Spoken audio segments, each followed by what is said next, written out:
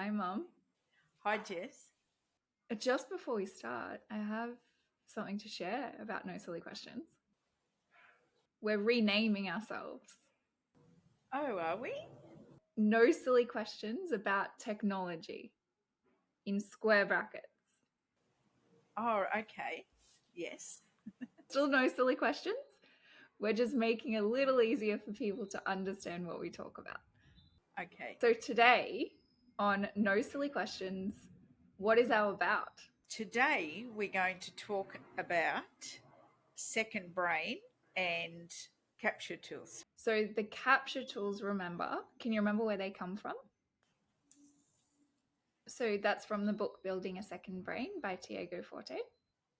Mm-hmm. That's from the code concept. So capture, organize, distill, express. Today's episode, we're just focusing on the capture tools.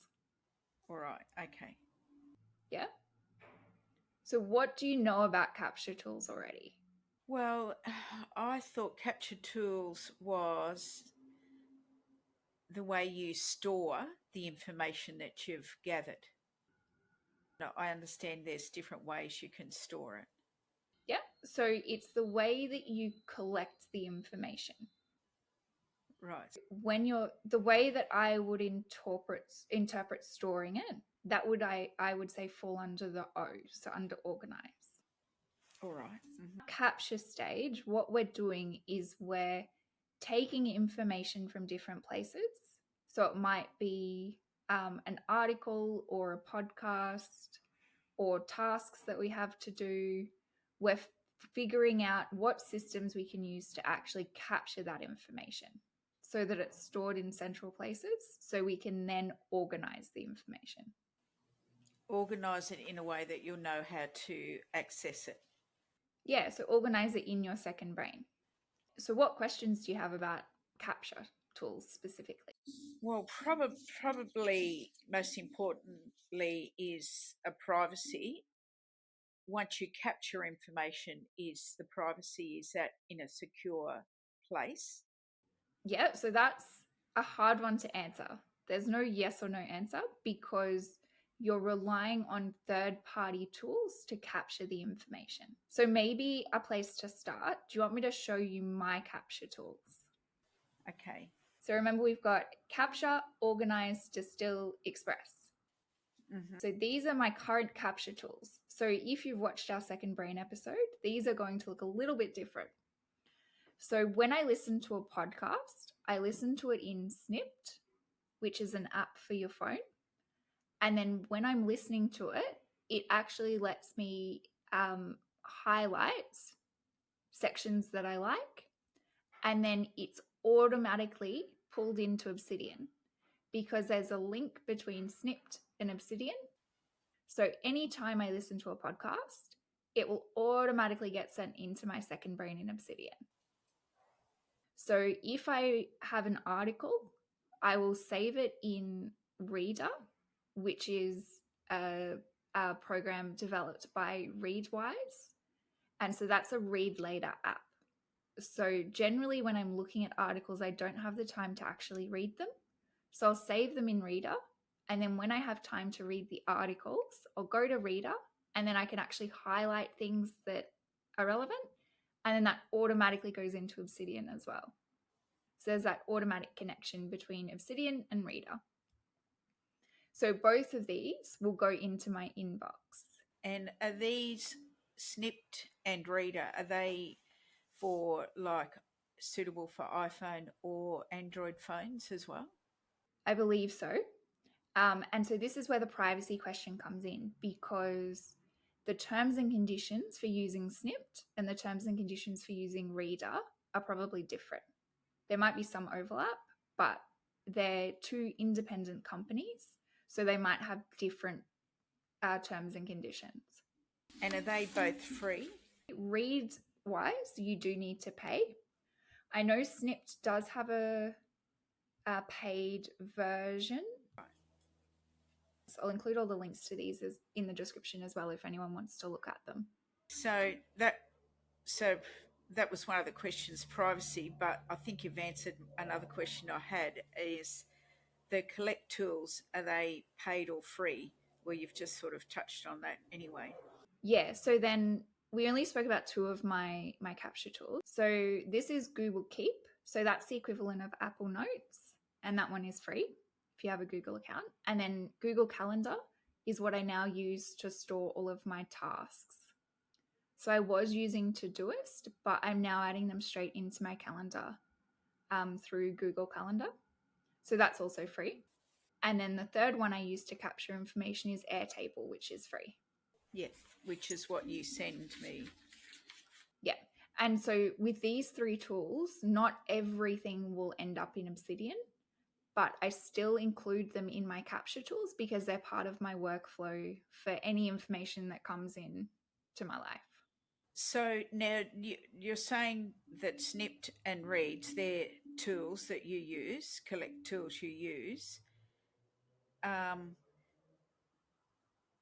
Does it automatically put it into categories or tags, or you have to decide that before you put it in?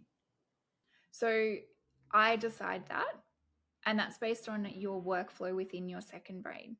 So what I've done in Obsidian is I've set up, do you remember the graph that I showed you of my that kept getting bigger and bigger and bigger with all of Yes. Yeah. So that graph is all of the tags that I've created. So because I know what my tags are in Obsidian, whenever I read or listen to something, I can then add one of those tags directly. But then I can also add it when it goes into Obsidian as well. So when you go to look for something, you can just, if you know you've tagged them under a certain subject or whatever, you can just bring up all articles in relation to that particular tag. Yeah, exactly. So then what you can do as well is when you integrate it, you can also add any automatic tags. So you could set it up so that anything that comes through is snipped automatically has tag podcast as an example. Whereas probably what I rely on in my phone, in notes, I will put if there's a certain podcast I really enjoyed. So I could actually be putting that under, I could be putting that under snipped. From a podcast perspective, the one that you use depends on how you're using your podcasts. So my snipped podcasts are all the ones that I know I'm probably going to want to save into Obsidian. Whereas I also use a different podcast app for more of my fun, lighthearted episodes that I probably won't want to save any information for. Yeah. Generally, using your example, if someone gives me a podcast recommendation, I'll immediately look it up in the podcasting app that it relates to. So then I'll subscribe to it immediately, and then it'll be in my watch next list. Yeah. Yeah. So that kind of eliminates that step from having to take it from your podcast list in your notes app to open it in Apple Podcasts or Spotify or wherever you listen to podcasts. Okay. Well, I think that's all I've got written down as questions. Yeah, so no other questions you can think of? Not. No, I've been seeing you've said we're going to talk about this subject. I was trying to think how I could use this. Yeah, I think so I like to think of my capture tools as part of my workflow. Anytime anyone tells me about something or I see something that's interesting, it goes into one of my capture tools. So then I know exactly where it is. Depending on what it is, it'll automatically go through to my second brain, so I don't need to worry about where it's saved. Yeah. Having a really good list of capture tools makes it easy when you go to find that information again. So I never need to say, oh, I can't remember where that is. I can't remember where I saved it. It might be in my notes app. It might be in an email I sent to myself. It might be in this place. It might be on a sticky note on my desktop, on my actual laptop, or it could be a physical sticky note. It's all in one place. I know exactly where to go to find it. And that's what it's about. It's about making it easier and reducing the number of things that you have to actually interact with on a daily basis. Yeah. And do you find talking to different people about second brain and the collect tools that it's the actual setting up part that is overwhelming for people? Yeah, it's also a very personal decision as well. So the tools that I use, they've evolved. I've tried a lot of different ones, and these are the ones that work for me, but that doesn't necessarily mean that they'll work for you. So it is a lot of trial and error. So trying different things. So if, for example, you're looking for a new Read Later app, there's a lot on the market that you can try. So I think I've tried 4 different ones before I ended up with Reader.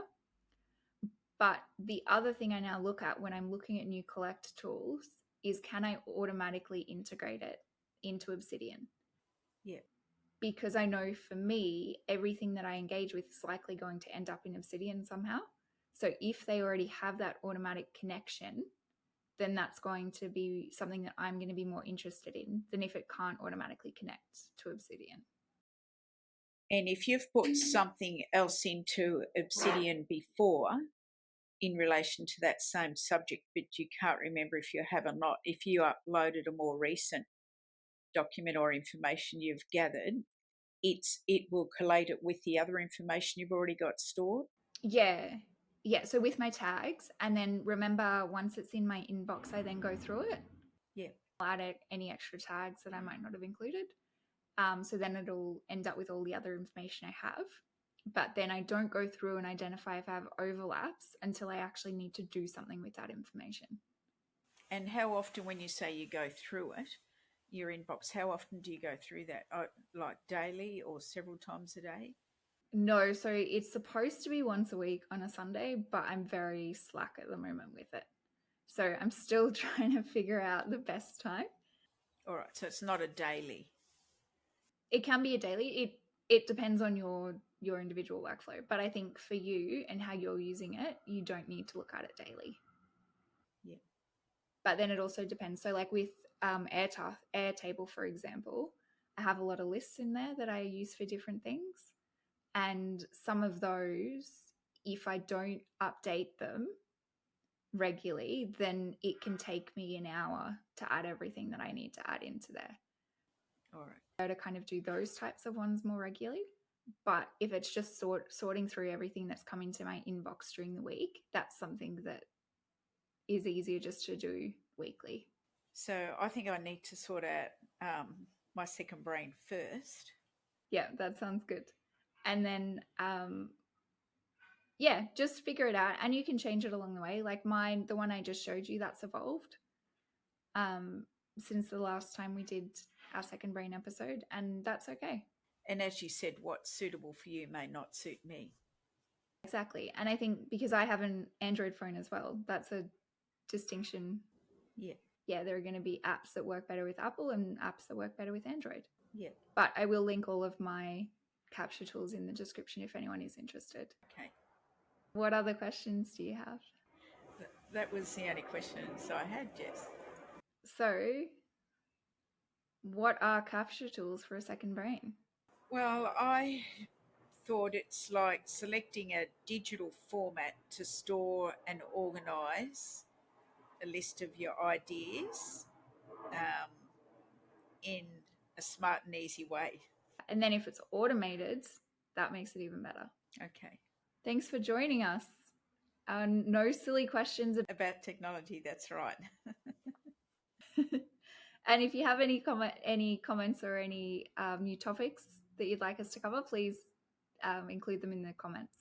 Or let either of us know. Thanks. Bye.